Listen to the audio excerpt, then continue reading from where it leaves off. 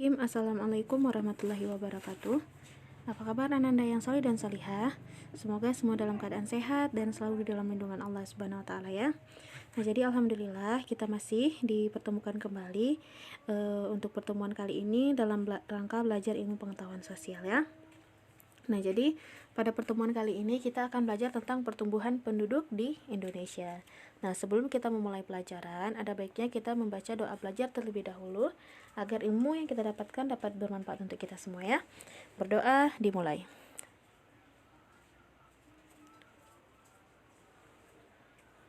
Berdoa selesai. Nah, jadi anak-anak sekalian, hari ini kita akan belajar tentang pertumbuhan penduduk ya. Nah, untuk yang pertama, kita tahu dulu tuh apa yang dimaksud dengan penduduk.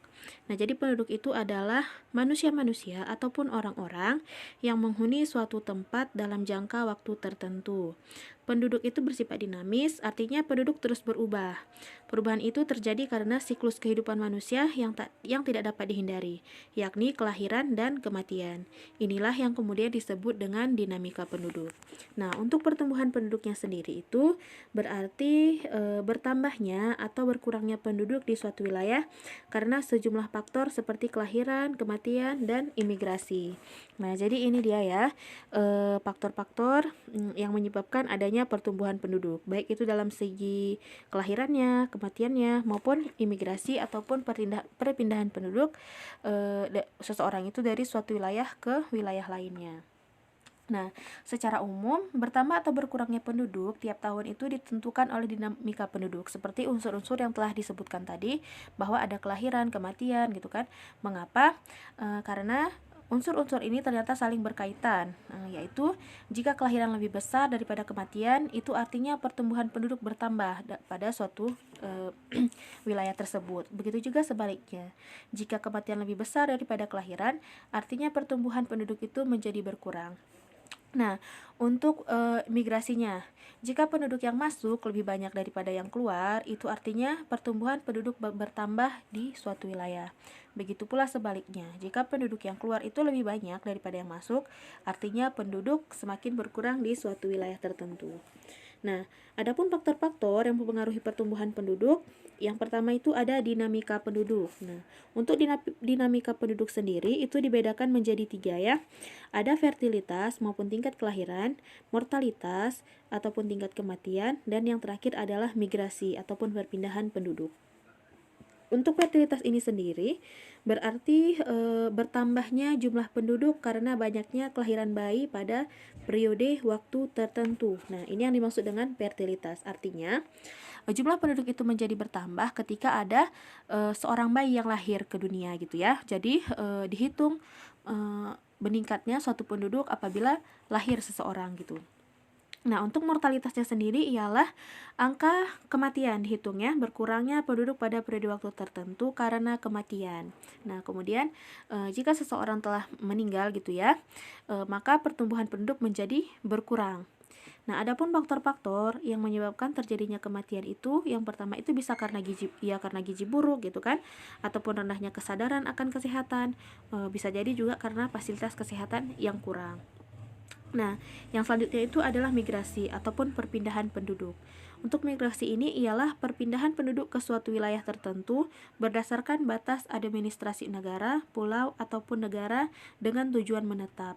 Migrasi dapat dibedakan menjadi 2 bentuk, yaitu yang pertama adalah migrasi internal, yaitu perpindahan penduduk dari wilayah satu ke wilayah yang lainnya di dalam suatu negara.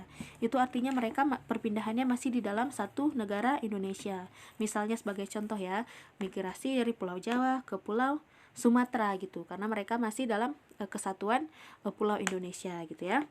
Untuk migrasi internasionalnya yaitu perpindahan penduduk dari negara satu ke negara yang lainnya. Contohnya nih ya, seandainya ananda sekalian ataupun kakak-kakak abang-abang sekalian pindah gitu kan dari Indonesia mau pindah ke Amerika Serikat. Nah, ini yang kemudian dinamakan migrasi internasional. Nah, untuk yang faktor yang kedua itu adalah angka pertumbuhan alami. Angka pertumbuhan alami penduduk menyatakan penambahan atau pengurangan penduduk dalam jangka waktu tertentu. angka hanya disebabkan oleh faktor kelahiran dan kematian. Untuk menghitung tingkat pertumbuhan alami, digunakan persamaan seperti yang ada pada gambar tersebut ya. Yang mana RNI itu adalah tingkat pertumbuhan alaminya sama dengan B dikurang D per P dikali 100%. B itu adalah jumlah kelahiran ataupun birth namanya ya. Sedangkan D itu adalah jumlah kematian dan P itu adalah jumlah penduduk. Nah, ini untuk mencari tingkat pertumbuhan alami yang ada di Indonesia. Nah, untuk selanjutnya adalah laju pertumbuhan penduduk Indonesia. Anda sekalian bisa melihat tabel di bawah ini ya. Itu ada tabel jumlah penduduk Indonesia dari tahun 1971 sampai tahun 2015. Nah, jika kita melihat angka-angka di sini ya, jumlah penduduknya ternyata mengalami penambahan gitu ya. Dari tahun 1971 jumlahnya itu ada 118,3 juta. Nah, dan meningkat pada tahun 2015 sebanyak 255,1 juta. Nah, kenapa bisa terjadi laju penduduk gitu kan, jumlah penduduk? Ya karena itu tadi, karena faktor fertilitas ya namanya, ataupun tingkat kelahiran lebih banyak daripada tingkat kematiannya. Nah, selanjutnya kita akan belajar tentang kualitas penduduk. Nah, di sini pengertian kualitas penduduk ini ialah tingkat ataupun taraf kehidupan penduduk yang berkaitan dengan kemampuan dalam pemenuhan kebutuhan seperti pangan, sandang, perumahan, kesehatan, dan pendidikan. Nah, untuk kualitas penduduk sendiri pada suatu daerah itu dipengaruhi oleh yang pertama itu ada tingkat pendidikannya gitu ya, tingkat pendidikan penduduk di Indonesia, tingkat kesehatan penduduk di Indonesia, dan tingkat kesejahteraan penduduk di Indonesia. Nah, yang pertama, untuk tingkat pendidikannya itu bisa dilihat ataupun diukur dengan melihat indikator angka harapan lama sekolah dan rata-rata lama sekolah. Nah, untuk angka harapan lama sekolah ini didefinisikan lamanya sekolah dalam kurun waktu tahun ya, dalam hitungan tahun yang diharapkan akan dirasakan oleh anak pada umur tertentu di masa yang akan datang. Nah, untuk rata-rata lama sekolah sendiri mengacu pada jumlah tahun yang digunakan oleh penduduk dalam menjalani pendidikan formal. Nah, ini dia ya, tingkat pendidikan penduduk Indonesia. Nah, untuk kualitas sumber daya manusia itu dapat diukur melalui indeks pembangunannya sebenarnya gitu kan. Yang mana indeks pembangunan manusia itu memperhitungkan kualitas hidup manusia seperti tingkat pendidikan, seperti yang tadi jelaskan tadi ya, maupun tingkat kesehatan dan kualitas standar hidup. Nah, masih di tingkat pendidikan penduduk Indonesia, baik itu indikator harapan lama sekolah maupun indikator rata-rata lama sekolah, Indonesia mengalami peningkatan dari tahun ke tahun. Hal ini bisa Anda perhatikan di dalam grafik di bawah ini ya. Itu artinya kesadaran sendiri untuk orang-orang gitu kan, untuk masyarakatnya telah sadar akan pentingnya sekolah ataupun akan pentingnya pendidikan. Oleh karena itu terjadinya lah peningkatan dari tahun 2010 sampai tahun 2018. Nah, yang selanjutnya adalah tingkat kesehatan penduduk Indonesia. Nah, untuk tingkat kesehatan ini merupakan harta yang tak ternilai ya, dan modal berharga bagi seseorang untuk memulai aktivitasnya. Pencapaian pertumbuhan dan perkembangan manusia sangat dipengaruhi oleh tingkat kesehatannya. Kualitas kesehatan yang rendah umumnya disebabkan oleh yang pertama itu adalah kurangnya sarana dan pelayanan kesehatan. Nah, ini biasa terjadi di misalnya di desa-desa ataupun di pedesaan gitu ya. Kurangnya sarana ataupun pelayanan kesehatan. Mungkin di desa-desa tersebut tidak ada bidan gitu kan, tidak ada tempat untuk berobat, tidak ada puskesmasnya, tidak ada apotiknya gitu ya. Nah, itu yang kemudian menjadi penyebab gitu kan, kurangnya kualitas kesehatan yang didapatkan. Yang kedua itu adalah kurangnya pengetahuan tentang kesehatan. Nah, banyak mungkin ya di antara kita masih acuh gitu kan, masih cuek dengan pentingnya kesehatan. Nah, misalnya seperti Ananda mungkin yang nggak mau makan pagi gitu kan, itu sebenarnya bahaya karena tubuh kita sebenarnya dia harus mengkonsumsi makanan dan minuman gitu ya, apalagi pada pagi hari. Nah, yang ketiga itu adalah gizi yang rendah.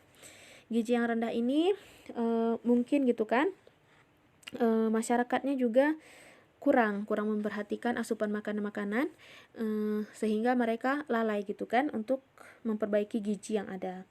Yang selanjutnya adalah penyakit menular, dan yang kelima itu adalah lingkungan yang tidak sehat. Nah, tingkat kesehatan penduduk Indonesia yang mencakup umur panjang dan hidup sehat diukur dengan angka harapan hidup saat lahir. Angka harapan hidup pada waktu lahir adalah suatu perkiraan rata-rata lamanya hidup sejak lahir yang akan dicapai oleh penduduk. Nah, nanti Ananda bisa memperhatikan grafik yang ada di bawah ini, bahwa angka harapan hidup saat lahir itu mengalami peningkatan gitu ya. Karena apa? Karena mungkin masyarakatnya telah sadar akan pentingnya kesehatan untuk diri mereka sendiri ya. Ataupun kita juga tidak lupa gitu kan tentang upaya-upaya maupun usaha-usaha yang dilakukan oleh pemerintah, seperti mengadakan perbaikan gizi kepada masyarakatnya, pencegahan dan pemberantasan penyakit menular gitu ya, membangun sarana-sarana kesehatan seperti puskesmas, rumah sakit, dan mengadakan penyuluhan tentang kesehatan gizi dan kebersihan lingkungan. Nah, yang selanjutnya ialah tingkat kesejahteraan penduduk Indonesia. Tingkat kesejahteraan penduduk digambarkan oleh standar hidup layak penduduk. Standar hidup layak digambarkan oleh indikator pengeluaran per kapita yang disesuaikan atau daya beli. Pengeluaran per kapita yang disesuaikan atau daya beli adalah kemampuan masyarakat dalam membelanjakan uangnya dalam bentuk barang maupun jasa. Nah, dalam arti lain, tingkat kesejahteraan penduduk itu diukur dari pengeluaran gitu ya, pengeluaran yang dikeluarkan oleh masing-masing keluarga gitu ya. Karena apabila memang mereka telah sejahtera, maka tentunya mereka akan mampu membeli suatu kebutuhannya. Nah, seperti itu ya. Mungkin hanya itu saja penjelasan dari Ustazah. Selanjutnya ada suatu hadis, suatu ayat Al-Qur'an, yaitu Quran surat Ali Imran ayat 145. Di dalam surat tersebut berarti itu sesuatu yang bernyawa tidak akan mati melainkan dengan izin Allah, sebagai ketetapan yang telah ditentukan waktunya. Barang siapa menghendaki pahala dunia, niscaya kami berikan kepadanya pahala dunia itu. Dan barang siapa menghendaki pahala akhirat, kami berikan pula kepadanya pahala akhirat itu. Dan kami akan memberi balasan kepada orang-orang yang bersyukur. Nah, jadi kaitannya dengan pembelajaran kita hari ini, yaitu baik itu dia mati maupun dia lahir ataupun dia hidup gitu kan, dihidupkan kembali ke dunia ini ataupun ia meninggalkan dunia itu semuanya adalah ketetapan yang datangnya dari Allah gitu ya. Nah, untuk itu Ananda sekalian semua diharapkan untuk selalu bersyukur gitu ya untuk apa yang telah kita dapatkan hari ini, nikmat sehat mungkin kan, nikmat fasilitas-fasilitas yang ada diberikan oleh orang tua kita. Nah, gitu ya. Nah, mungkin hanya ini saja penjelasan dari Ustazah terkait materi kita, yaitu pertumbuhan penduduk di Indonesia. Nah, jika ada Ananda yang kurang paham, silakan Ananda bertanya kepada Ustazah ya. Mohon maaf mungkin agak kecepatan karena Ustazah mengejar waktu gitu kan, supaya Ananda juga tidak bosan ketika mendengarkan Ustazah menjelaskan. Nah, sebelum kita tutup majelis kita, marilah kita memperbanyak istighfar dan membaca doa kafaratul majelis. Astaghfirullahaladzim, astaghfirullahaladzim, astaghfirullahaladzim. Subhanakallahumma wa bihamdika, asyhadu an la ilaha illa anta, astaghfiruka wa atubu ilaik. Ustazah akhiri, wabillahi taufiq wal hidayah. Assalamualaikum warahmatullahi wabarakatuh.